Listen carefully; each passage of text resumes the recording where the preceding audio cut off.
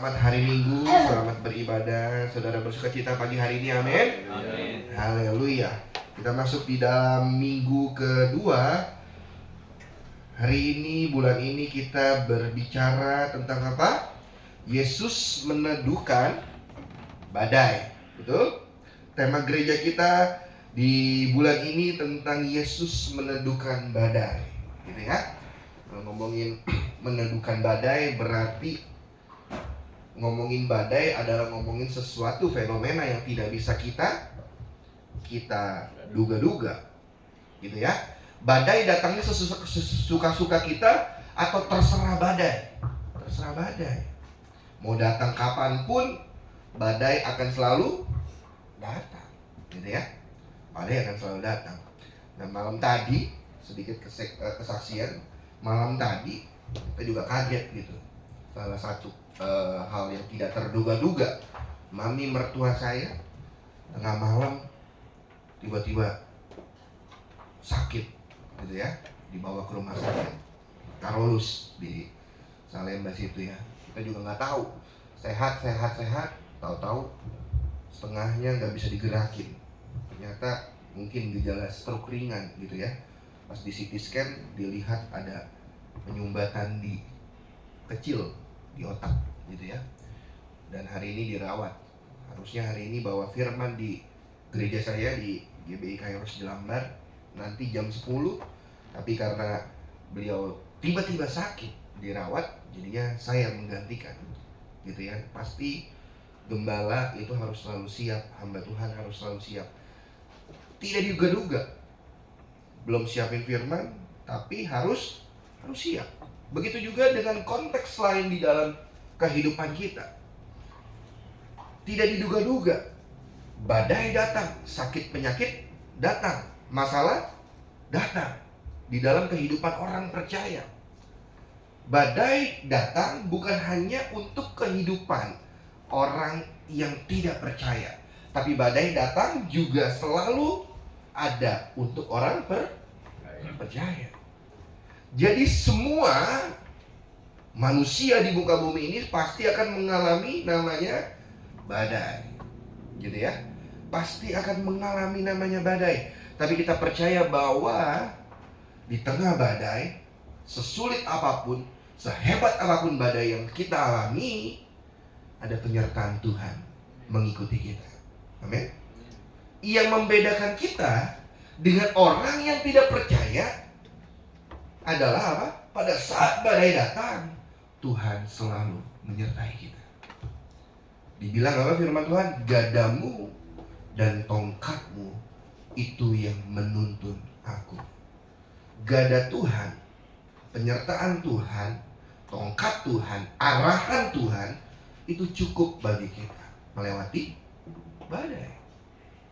Itu cukup bagi kita untuk melewati badai. Itu sebabnya kita orang-orang percaya, kita percaya bahwa kalau kita menunggu di dalam hadirat Tuhan, kalau kita menunggu di waktunya Tuhan, itu adalah yang terbaik di dalam hidup kita. Karena kalau kita menunggu di hadirat Tuhan, di waktunya Tuhan, kita akan dapat kekuatan. Apa? Dapat apa? Kekuatan. Benar keadaannya sakit, tapi kenyataannya, firman Tuhannya, realitanya bahwa kita bisa kuat karena kita bersama Tuhan. Tuhan pasti akan sembuhkan kita. Ada kekuatan, ada pengharapan yang baru kalau misalnya kita bersama dengan Tuhan. Sama seperti kalau kita datang ke sebuah restoran, gitu ya. Saya senang pakai analogi, karena kalau kita dengar firman Tuhan pakai analogi itu gampang dimengerti untuk kita bisa memahami kebenaran firman Tuhan. Datang ke sebuah restoran, kita tahu bahwa restoran yang kita mau datangi, kita sudah tahu nih, ini restoran enak, ini restoran terkenal, yang makan rame, enak-enak semua makanannya. Ada yang pernah ngalamin kayak gitu? Saya sering gitu ya, karena saya hobi makan. saya tahu tempat makan yang enak. Datang ke tempat makan dengan harapan apa? Kita makan makanan yang enak. Karena kita tahu restoran tersebut bagus, enak makanannya. Kita datang ke sebuah restoran, tiba-tiba yang datang rame banget. Oleh sebab itu ketika kita pesan, kita antri. Saya waktu ke Bandung, ada makanan terkenal namanya nasi campur 88, daerah Cibadak di Bandung. Itu yang makan antri, benar-benar antri. Di pinggir jalan, bangkunya juga cuma bangku plastik kayak pecel lele gitu, meja di pinggir jalan, pinggiran ruko. Tapi yang makan semua mobil dari ujung jalan sampai ujung jalan. Sudirman Street itu mobilnya rata-rata parkir cuma mau makan nasi campur 88. Rame sekali. Satu porsi harganya berapa? Satu porsi harganya 75.000. Mahal. Secara hitungan nasi campur mahal. Karena nasi campur rata-rata harganya 50.000. Gitu ya. 50.000, 75.000. Mahal. Tapi karena kita tahu bahwa nasi campur ini yang paling enak dan terkenal di Bandung, kita rela antri. Setiap kali yang datang, di kasirnya kita ngantri. Antrian di kasirnya udah panjang, boro-boro dapat makanannya gitu ya. Giliran kita tiba, dapat nomor antrian, dia ngasih nomor antrian gitu, ngasih nomor antrian, mejanya panjang ke sana, cari meja kosong. Pokoknya rata-rata penuh. Kalau masih penuh, kita berdiri nungguin orang selesai makan, baru kita bisa duduk. Itu belum makan loh, baru kita bisa duduk. Kita benar-benar tungguin antrian. Nah, di kasir dapat nomor antrian, berharap mudah-mudahan nomor antriannya nggak banyak. Tahu nomor antrian keluar 178. Mau makan kapan? Udah lapar gitu ya. Udah lapar. Nomor antrian dapat 178. Waduh, masih lama. Udah di list semua makanannya apa aja. Jadi kita kalau datang ke situ, jangan dapat nomor antrian terus kita duduk, kita baru mau milih-milih makanan. Itu kelewat pasti. Jadi ngantri nomor antrian, sudah tahu harus pesan apa, sehingga ketika dia list, kita duduk, nanti makanannya datang. Nomor antrian sesuai dengan nomor antrian. Jadi dapat nomor antrian, sudah pesan makanan, kita berdiri karena tidak ada bangku yang kosong. Kita berdiri, kita tunggu. Nah, kebanyakan orang tidak sabaran, betul? Gitu ya. Dulu almarhum mami saya tuh gak sabaran, gak suka ngantri gitu ya. Kalau misalnya makan, aduh lama banget nih gitu ya. Kadang-kadang saya suka berselisih tegang sama mami saya. Sabar, yang lain juga belum dapat. Sabar aja. Terus gak lama, iya. Gak lama dipanggil lagi, Mas ini kok ini belum, padahal baru pesen gitu ya. Yang sebelah aja lebih lama belum datang makanannya gitu. Gak sabaran gitu. Dan dulu mama saya gitu. Gak sabaran. Kita semua memang kebanyakan gak sabaran. Sehingga ketika dapat tempat baru, dapat tempat duduk, setengah jam baru dapat tempat duduk. Puji Tuhan kita semua udah duduk, nungguin makanannya. Dari setengah jam, 40 menit makanannya belum datang, 50 menit makanannya belum datang, 1 jam makanannya belum datang, 1 jam 15 menit makanannya baru datang. Bayangin kita harus nunggu 1 jam lebih buat makan. Kalau kita mau makan malam di situ, kita datang jam 7, kurang lebih setengah 9 baru dapat tuh nasi campur. Makanya kalau datang ke situ jangan kondisi lapar banget, gak akan sesuai dengan ekspektasi yang kita mau.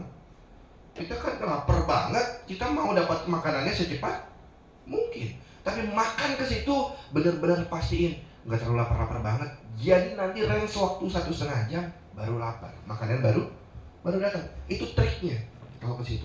Kalau enggak berantem, kesel, berebut. Oh, banyak orang yang bersih tegang. Mas, itu bangku saya, jangan diambil. Berantem dengan sesama customer. Kenapa? Karena mereka sudah lapar, gak sabaran. Tapi ketika makanannya datang, saudara tahu nikmat surga apa yang kita dusai.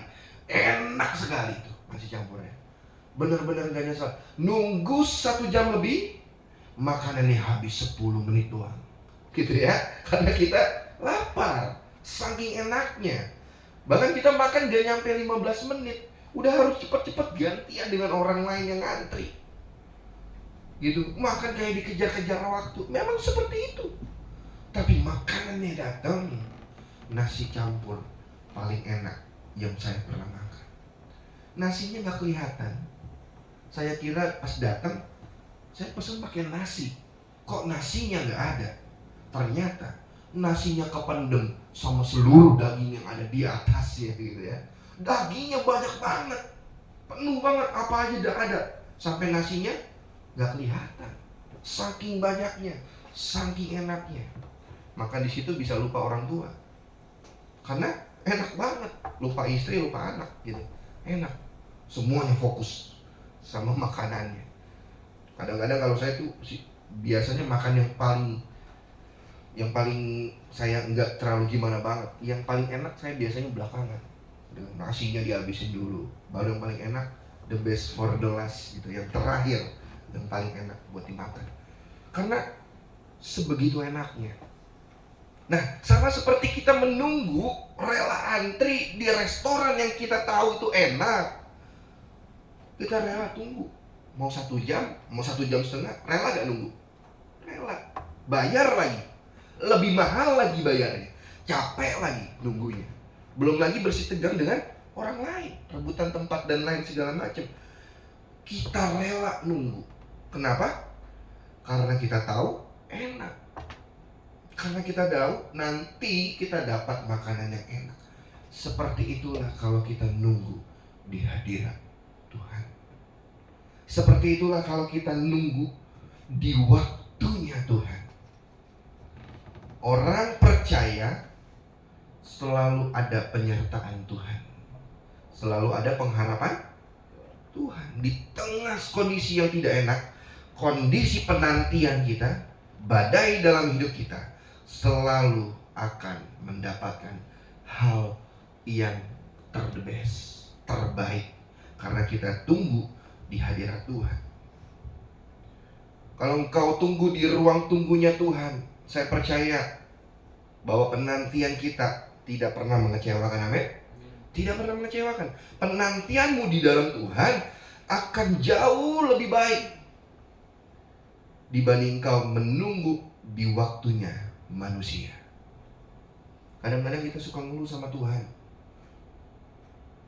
income kurang. Kadang-kadang kita suka ngeluh sama Tuhan, masalah gak berhenti-berhenti. Kok sepi usaha saya? Kok begini-gini doang hidup saya? Kok pelayanan gini-gini doang? Tapi kalau engkau percaya, kau tunggu di waktunya Tuhan, penyertaan Tuhan akan datang di waktu yang terbaik. Di waktu yang terbaik. Kita selalu belajar melihat fenomena badai datang.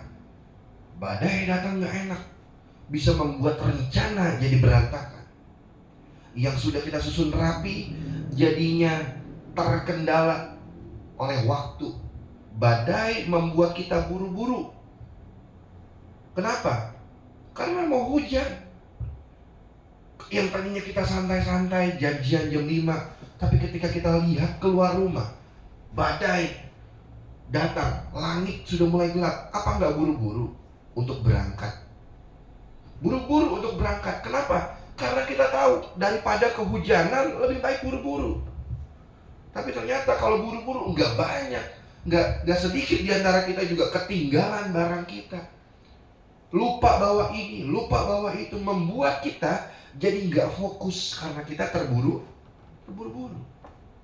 Ini badai. Jadi ketika kita mendengar sebuah tematik yang dibuat oleh gereja, kita benar-benar harus tahu dulu apa sih badai itu. Banyak hal yang membuat kita jadinya nggak fokus, Banyak hal yang membuat kita jadinya hilang cara pandang kita yang baik karena kita mau masuk dalam badai, masuk dalam musim yang tidak baik. Tapi saya percaya setelah badai tidak akan selama-lamanya terjadi dalam hidup kita. Tapi setelah badai akan ada matahari.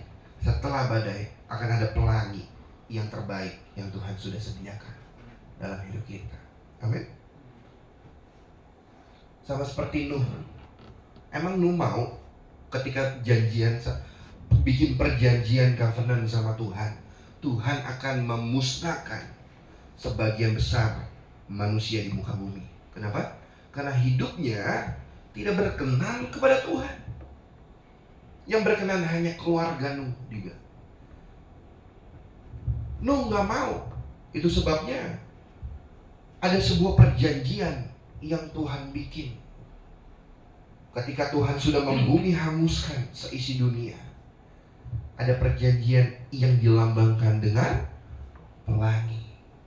Artinya Tuhan tidak akan memusnahkan kembali manusia. Pelangi adalah sebuah perjanjian yang Tuhan berikan, bahwa di tengah badai, di tengah ketakutan yang kau lihat dalam hidupmu, pelangi melambangkan penyertaan Tuhan melindungi hidupmu sampai hari ini. Oke? Kita buka ayatnya, firman Tuhan. Ulangan 31 ayat yang ke-6. Baru kita baca firman Tuhan. Ulangan yang 31, Ulangan 31 ayat yang ke-6. Sudah ketemu? Yang sudah ketemu katakan amin. Haleluya. Saya akan bacakan, Bapak Ibu Saudara boleh baca di tempatnya masing-masing atau dalam hati. Ulangan 31 ayat yang ke-6 katakan demikian, kuatkan dan teguhkanlah hatimu, janganlah takut dan jangan gemetar karena mereka, sebab Tuhan Allahmu dialah yang berjalan menyertai siapa? Kamu, engkau. Ia tidak akan membiarkan engkau dan tidak akan meninggalkan engkau. Ini ayat terbaik. Ini ayat luar biasa. Dalam memasuki badai, Tuhan selalu perintahkan untuk kuatkanlah dan apa? Teguhkanlah hatimu. Karena semua berawal dari hati. Bukan apa yang kelihatan, tapi apa yang tidak kelihatan selalu menentukan apa yang kelihatan. Dari hati kita. Itu sebabnya kuatkan dan teguhkan. Kalau engkau kuat, kalau engkau teguh hatimu karena engkau yakin ada penyertaan Tuhan, kau yakin kau dekat dengan Tuhan, maka setelah itu dibilang jangan takut. Kalau engkau sudah serahkan ke dalam tangan Tuhan, percaya aja 100% sama Tuhan. Amin. Itu yang kadang-kadang sering kali kita tidak lakukan. Iya kita kuat, iya kita teguh, baca firman. Tapi badai datang, kita tetap jadi orang-orang yang takut. Jadi orang-orang yang gemetar. Jadi orang-orang yang seolah-olah kayaknya gak punya pengharapan di dalam Tuhan.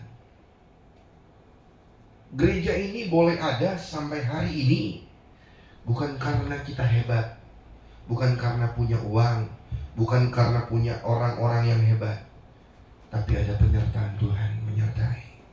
Amin.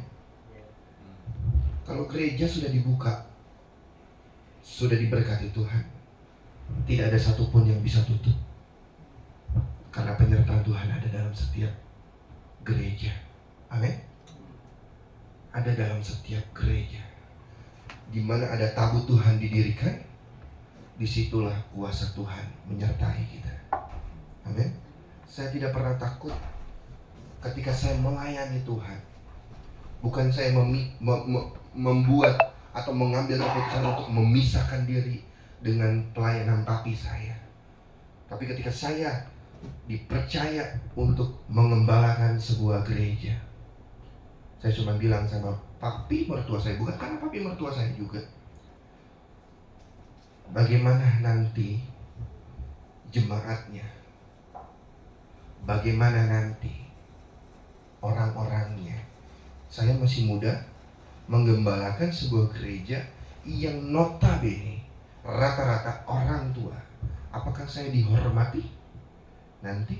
Apakah saya ini itu? Bagaimana keuangannya? Bagaimana hal-hal yang kita pikirkan? Banyak hal yang saya pikirkan. Untuk membentuk sebuah gereja nggak gampang. Untuk jadi seorang hamba Tuhan nggak gampang. Untuk jadi seorang gembala nggak gampang. Saya selalu belajar bahwa ketika engkau jadi pemimpin, ketika engkau jadi gembala, kau harus punya sudut pandang lebih tinggi daripada orang-orang yang kau gembalakan. Oleh sebab itu, banyak hal kekhawatiran yang masuk. Bagaimana nanti persembahannya, bagaimana pembangunannya, bagaimana alat musiknya, bagaimana orang-orang yang melayaninya. Semuanya saya pikirin. Ini orang yang paling pemikir, kadang-kadang bisa stres sendiri kalau misalnya tidak saya dapat sesuai dengan apa yang saya rencanakan. Mungkin sebagian keluarga saya pasti sudah tahu saya gimana. Di sini mungkin yang benar-benar sudah main ke gereja saya, lihat saya seperti apa dalam mengembalakan. Roland sudah lihat saya mengembalakan seperti apa. Semuanya saya pikirin. Hal-hal yang tidak pernah orang lain pikirin, semuanya saya pikirin. Sedetail itu. Itu sebabnya semua jemaat sekarang sudah mulai mengerti gembalanya seperti apa. Walaupun masih muda, mereka sudah mengerti bahwa mereka belajar untuk inisiatif terlebih dahulu. Jangan sampai nanti Kobrian yang bilang lebih baik kita lakuin dulu gitu. Jadi merekanya sudah inisiatif, jalan, gerak, nggak perlu lagi disusul. Nggak gampang. Tadinya saya pikir itu butuh waktu tahunan, puluhan tahun untuk membangun sebuah budaya, kultur, sehingga semuanya bisa berjalan dengan baik. 1,5 tahun mereka sudah punya inisiatif bahwa gereja ini ada tabu Tuhan. Kita semualah yang dipanggil untuk melayani sebuah kehormatan, melayani raja di atas segala raja. Di atas segala raja, bukan untuk gagah-gagahan, tapi penyertaan Tuhan ada menyertai. Penyertaan Tuhan ada menyertai. Kapasitas ruangan lebih besar ini, jauh lebih besar ini. Cuman 75 sampai 80. Kalau sudah 60 ke atas, panas, keringetan. Kalau udah 60 ke atas, nggak nyaman. Jalannya harus miring-miring, betul? Lewat orang harus miring-miring, lewat tengah harus miring-miring. Kenapa? Semakin sempit. Bangkunya ditambah ini, jalan bisa lari-lari. Ini boro-boro 1 ubin ini, enggak, 1/2 ubin. Benar-benar harus jinjit miring-miring, jinjit miring-miring. Saking sempit tempatnya. Tapi karena ada penyertaan Tuhan, ada tabu Tuhan, setiap hari, setiap minggu, semua datang. Naik lantai 3, oma-oma sudah pada bilang, Pak Brian, susah naik lantai 3, kaki sakit. Kalau minggu depan gak datang, gak apa-apa ya, karena kakinya sakit. Naik setiap minggu ke lantai 3. Tangganya tangga yang kecil, bukan tangga yang besar. Jadi agak susah mereka naik. Capek mereka naik. Doa mereka cuma satu, pindah yuk, cari tempat yuk yang jauh lebih besar dan gak perlu naik capek-capek ke lantai 3. Itu yang sedang kita jalani, yang kita sedang doakan dan gumuli sampai hari ini. Tapi minggu depan saya sudah bilang, iya oma, gak apa-apa. Kalau sakit istirahat saja, gak usah ke gereja. Minggu depan saya lihat orang itu datang lagi. Mereka yang bilang sakit, minggu depan datang lagi. Minggu depan datang lagi. Minggu depan mau datang beribadah. Oma, nggak sakit kakinya. Gembalanya sampai yang bilang seperti itu. Kalau sakit nggak usah, atau nggak naik pelan-pelan aja, nggak usah buru-buru. Biarin orang yang di belakang nungguin. Naik tangga. Yang penting pelan-pelan supaya nggak sakit. Sampai naik lantai 3 bisa senang ibadah. Itu yang aku cari. Kalau hari Minggu nggak gereja, nggak enak hati saya, Pak. Banyak jemaat yang bilang gitu. Kondisi tidak bilang bahwa dia baik datang ke gereja, tapi hatinya ada dalam hadirat Tuhan. Amin. Hatinya ada dalam hadirat Tuhan. Baru dari situ saya mulai bisa melihat pekerjaan Tuhan. Firman Tuhan katakan, memang manusia tidak bisa menyelami apa yang ada di pikirannya, tapi Tuhan tahu apa yang dia harus lakukan. Dan hari ini pergumulannya, saya harus cari tempat yang jauh lebih besar dan tidak perlu capek-capek naik ke lantai 3. Dari situlah saya melihat ada penyertaan Tuhan, ada tabut Tuhan, ada buah yang Tuhan berikan dalam pelayanan. Kemarin hari Sabtu kita baru bikin ibadah perdana Youth Kairos Jelambar. Yang datang penuh, sampai yang di belakang gak dapat bangku 1-2 orang. Yang datang penuh. Makanannya ada gak? Ada. Duitnya ada gak? Gak ada sebetulnya. Tapi ada aja yang ngasih makanan. Tumpeng dibeliin. Dikira tumpeng cuma isi telur mie doang. Ternyata penuh dengan teman-temannya gitu ya. Ada ayam dan lain segala macam. Tumpeng dibeliin, bisa kasih makan 60-70 orang yang datang. Bayangin, sebagai kita pelayan Tuhan, kita lihat kalau youth yang datang segitu banyak, ibadah umum yang datang segitu banyak, mau ditaruh di mana?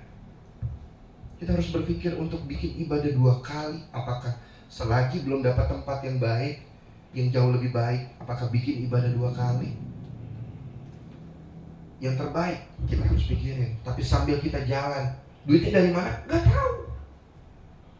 Kalau misalnya ditanya, oh cari tempat, duitnya dari mana? Gak tahu. Tempat banyak gak? Banyak. Jakarta Barat tempat. Yang bagus ada gak? Banyak. Yang harganya mahal ada gak? Banyak. Yang harganya murah? Gak ada.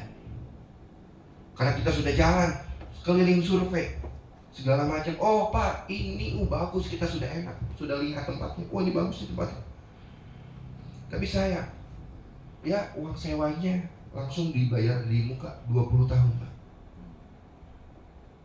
Duit dari mana ratusan juta? Gak ada duit. Jalan lagi ke tempat yang lain. Oh iya Pak, boleh, gak usah 2 tahun, bayar setahun. Biaya sewanya lebih mahal dari bayaran 2 tahun. Harganya kurang lebih sama dengan yang dibayarkan di 20 tahun. Sorry, bukan 2 tahun, 20 tahun. 10 tahun Pak, 20 tahun Pak, sampai MM-an. Duit dari mana? Gak tahu. Banyak yang bilang, duit dari mana kau Brian? Duit dari mana Pak Gembala? Gak tahu.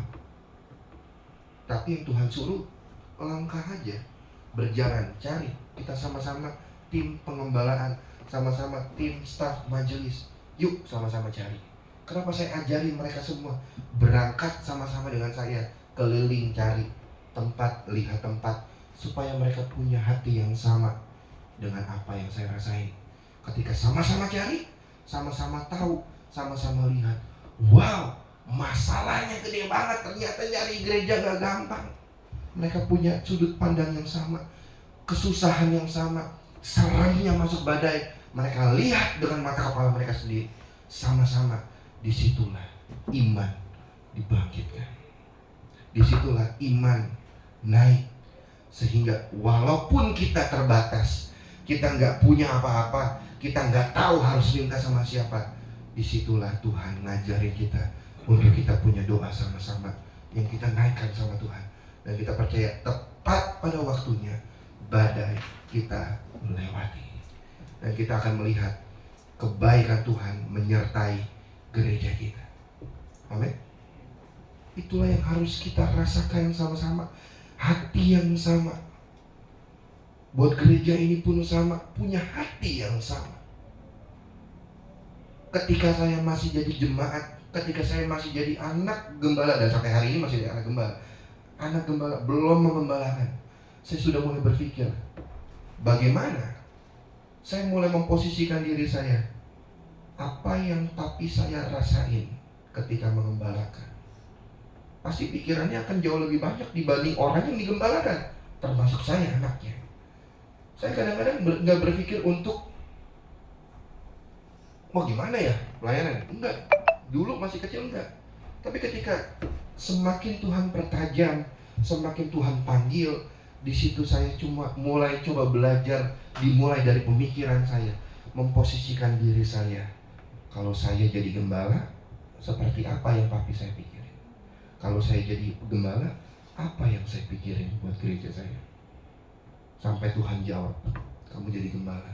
Disitulah iman mulai dimunculkan. Bukan hanya sekadar dipikirin, tapi apa yang kita pikirin terjadi di dalam kehidupan kita. Amin. Terjadi dalam kehidupan kita. Terjadi. Itu sebabnya Ulangan bilang, jangan takut.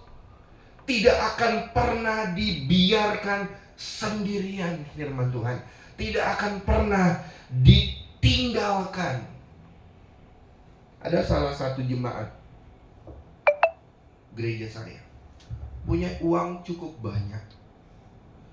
Bahkan mungkin kalau digadang-gadang, dialah salah satu penyumbang di gereja saya.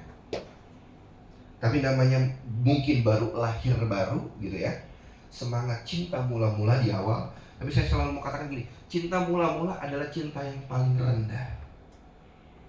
Makanya jangan sampai kita mulai tergiur sama orang yang cinta mula-mula. Bukannya kita tidak mengayomi, kita harus mengayomi semua orang. Tapi orang yang cinta mula-mula, kita harus tahu, cinta mula-mula adalah cinta yang paling rendah. Di firman Tuhan katakan, semangat menggebu-gebu, pelayanan lagi baik menggebu-gebu, nggak ada masalah menggebu-gebu.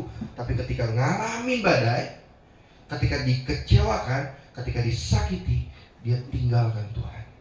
Itu cinta mula-mula. Tapi cinta yang paling tinggi adalah teguran. Selama masih ditegur, selama itu juga masih mau dibentuk, Tuhan masih sayang sama hidup kita. Tuhan pakai siapapun untuk tegur kita, ingetin kita bahwa hey, kamu jangan seperti itu. Kamu sudah mulai keluar jalurnya Tuhan. Kamu sudah ini dan itu. Ditegur, jangan kecewa, tapi ditegur, jadikan landasan supaya apa? Supaya kita melewati badai bersama Tuhan. Cinta mula-mula adalah cinta yang paling rendah. Mungkin orang yang cinta mula-mula talentanya banyak.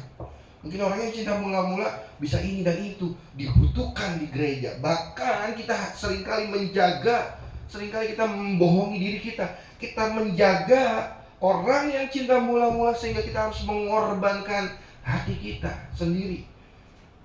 Kita iya benar, iya mengasihi, iya puji Tuhan, haleluya, mengasihi, tapi hati kita di belakang kita gontok sama orang ini.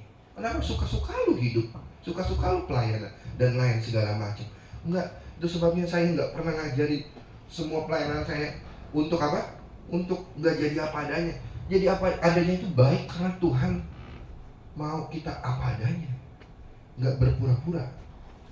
Kalau kondisi lagi enggak baik-baik aja enggak apa-apa untuk bilang saya lagi nggak baik-baik aja. Tapi ketika pada saat kita bilang, ada orang-orang yang bisa menopang kita. Kenapa kita harus membohongi diri kita untuk kita nggak kasih tahu kondisi kita bahwa kita lagi nggak baik-baik aja? Disitulah penyertaan Tuhan ada, disitulah kebaikan Tuhan ada, sehingga ada orang-orang yang Tuhan kirim untuk apa? Untuk menyertai kita. Kekuatan orang percaya itu bisa dikalahkan sama rasa takut.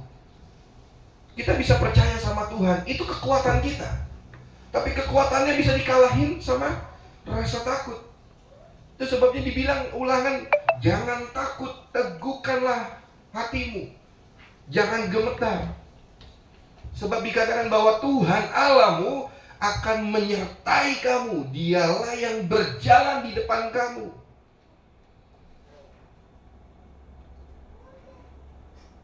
Dialah yang berjalan di depan kita. Saudara tahu Yohanes 20 ayat 15 bilang apa? Pertama kali yang dilihat oleh Maria Magdalena ketika kubur Yesus terbuka, apa yang dia katakan? Bahwa Yesus sudah dicuri. Dia jadi ketakutan melihat Tuhannya. Dan ketika dia datang mau nyekar, ketika dia datang mau kasih wangian dan minyak dan lain segala macam di makam Yesus, makamnya sudah kebuka, dia menjadi takut. Ketemu malaikat juga takut. Padahal malaikat kasih tahu apa? Bahwa Yesus sudah tidak ada di sini. Disangkanya roh jahat, disangkanya pencuri. Dia juga takut. Takut kehilangan orang yang dicintai, takut kehilangan orang-orang yang diharap-harapkan, takut kehilangan ini dan itu, takut kehilangan usaha, takut kehilangan pasangan dan lain segala macam. Rasa takut membunuh rasa percaya kita bahwa Dia Tuhan yang hebat di dalam hidup kita. Selama engkau gak kehilangan iman dan keselamatan, engkau gak boleh takut. Karena kehilangan di luar itu semua bisa diganti sama Tuhan. Engkau kehilangan apa? Kehilangan income, kehilangan pekerjaan, kehilangan usaha, kehilangan tabungan, ditipu orang. Semuanya masih bisa diganti sama Tuhan. Tapi jangan sampai engkau kehilangan iman dan keselamatan kita. Jangan sampai kita kehilangan iman dan keselamatan kita. Karena Yesus bukan hanya melakukan mukjizat satu kali. Yesus banyak melakukan mukjizat. Dia menenangkan badai. Dia memberi makan 5.000 orang. Tahu, di tengah 5.000 orang, 5.000 itu cuma anak-anak loh. Dan orang tua yang perempuan. Sisanya masih banyak. Bahkan di Alkitab mencatat lebih daripada 10.000 Yesus kasih makan orang. Tapi apa yang murid-muridnya alami? Kasih makan dari mana Tuhan? Gak mungkin bisa kasih makan segini banyak orang. Dari mana? Tapi Yesus sanggup melakukan mukjizat. Yang tadinya gak mungkin jadi mungkin. Yang cuma 5 roti dan 2 ikan, Tuhan jadikan banyak. Semua orang bisa makan sampai kenyang. Bahkan sisanya 12 bakul. Semuanya kenyang, semuanya diberkati Tuhan. Kalau kita gak kehilangan iman dan keselamatan kita, bukan hanya kita yang diberkati, tapi orang-orang yang ketemu kita, orang-orang yang kenal kita, mereka juga dapat berkatnya. Amin. Mereka semua dapat berkatnya. Dibilang jangan takut. Keadaan gak baik-baik aja, keadaan semakin buruk. Semakin buruk keadaan, semakin rasanya serem keadaan kita, semakin kuat kita harus datang sama Tuhan. Semakin kita cari Tuhan, semakin kita benar-benar cari wajah Tuhan di dalam hadirat Tuhan, semakin sungguh-sungguh punya waktu pribadi sama Tuhan yang orang lain gak tahu. Punya waktu sungguh-sungguh, karena disitulah terdapat mukjizat dan pengharapan yang Tuhan berikan dalam hidup kita. Ada orang yang mengandalkan Tuhan. Firman Tuhan katakan, ia sama seperti pohon yang ditanam di tepi aliran air, yang menghasilkan buah pada musimnya. Apa saja yang diperbuatnya jadi berhasil. Itu janji Tuhan.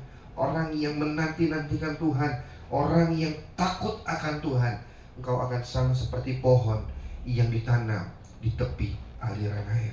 Nanti-nantikanlah Tuhan. Mazmur 37 ayat 7 sampai 9 kita buka.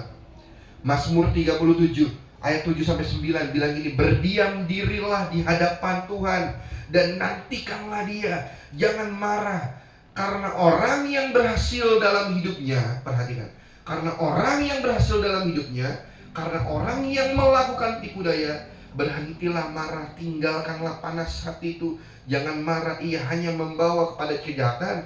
Sebab orang yang berbuat jahat dibilang akan dilenyapkan, tetapi orang yang nantikan Tuhan akan mewarisi apa? Negeri. Tahu negeri? Negeri Indonesia, gitu ya. Gede gak? Gede. Negeri Amerika, gede gak? Gede. Jadi prinsip daripada kerajaan surga, kalau dunia katakan gini, negeri ini dimiliki, dikuasai oleh kepala negara, presiden, raja, gitu ya. Tapi prinsip kerajaan surga, kalau engkau ada di dalam hadiratnya Tuhan, engkau ada tinggal di dalam Tuhan, engkau juga jadi anaknya Tuhan. Segala sesuatu yang Tuhan punya, itu juga kita yang punya. Karena kita anaknya. Orang yang tinggal dalam hadirat Tuhan, menanti-nantikan Tuhan. Bahasa Indonesia sederhananya katakan, orang yang takut dan dekat dengan Tuhan, dia mewarisi berkatnya Tuhan. Bukan berkatnya kita. Tahu, berkatnya Tuhan lebih banyak gak daripada berkatnya manusia? Lebih banyak karena dia pemberi berkat. Dia sumber berkat kita. Kalau dia dibilang sumber, kayak seperti tambang. Di Kalimantan batu bara banyak, betul ya Roland ya? Berarti kekayaannya tidak terhingga. Kalau orang gali tanahnya, digali tambangnya, batu baranya nggak habis-habis. Nilainya udah bukan triliunan, lebih di atas triliunan, betul? Sangat kaya, unlimited. Seperti itulah berkatnya Tuhan. Jadi dia mewarisi berkatnya Tuhan, bukan berkatnya kita. Jadi bagiannya Tuhan, berkatnya Tuhan, si sumber pemberi berkat itu juga menjadi bagian kita. Amin. Orang yang menanti-nantikan Tuhan, dia dipercaya Tuhan untuk mengelola berkatnya Tuhan. Berkat bukan datang hanya dari uang, tapi sukacita kita, damai sejahtera kita, rasa kesungguhan kita, takut akan Tuhan, kesehatan menjadi bagian di dalam setiap kehidupan kita. Keadaan mungkin sulit, tapi sesulit-sulitnya keadaan, kita menyerahkan sama Tuhan. Kita menyerahkan sama Tuhan. Di Raja-Raja juga bilang bahwa ada sebuah cerita yang berkata apa? Ada janda yang sudah gak punya penghasilan, tinggal sama anaknya. Hampir mati, firman Tuhan katakan. Hampir mati. Dia cuma kumpulkan kayu api. Dia cuma punya terigu dan buli-buli minyak yang tinggal sedikit, hampir mati. Tapi pada saat Elia ketemu janda tersebut, Tuhan mau memberkati janda tersebut melalui Elia. Tuhan mau memberkati janda tersebut melalui Elia. Elia datang, ketemu janda tersebut. Elia minta apa? Berikanlah roti yang ada dalam buli-buli. Jandanya bilang apa? Ini manusiawi. Jandanya bilang apa? Kalau memang Tuhan yang suruh, ini respon jandanya terbaik. Kalau Tuhan yang suruh engkau datang ke sini minta roti, aku akan berikan buat kamu. Ini pakai bahasa sederhana. Aku akan berikan kepada kamu. Tapi engkau juga harus tahu nih, kalau aku berikan sama kamu, besok malam ini dan besok aku dan anakku tidak makan dan kami besok mati. Tapi Elia bilang apa? Ya Tuhan suruh berikan aja sama aku karena aku lapar. Mungkin seolah-olah Elia egois di sini. Tapi karena Tuhan yang suruh. Akhirnya janda itu memberikan, walaupun dia tahu besok aku akan mati sama anakku. Mujizat terjadi ketika kita punya respon hati yang benar. Malamnya, buli-buli minyak dalam tempayan tidak pernah habis. Bertahun-tahun Tuhan selalu cukupkan ke dalam kehidupan janda dan anak tersebut.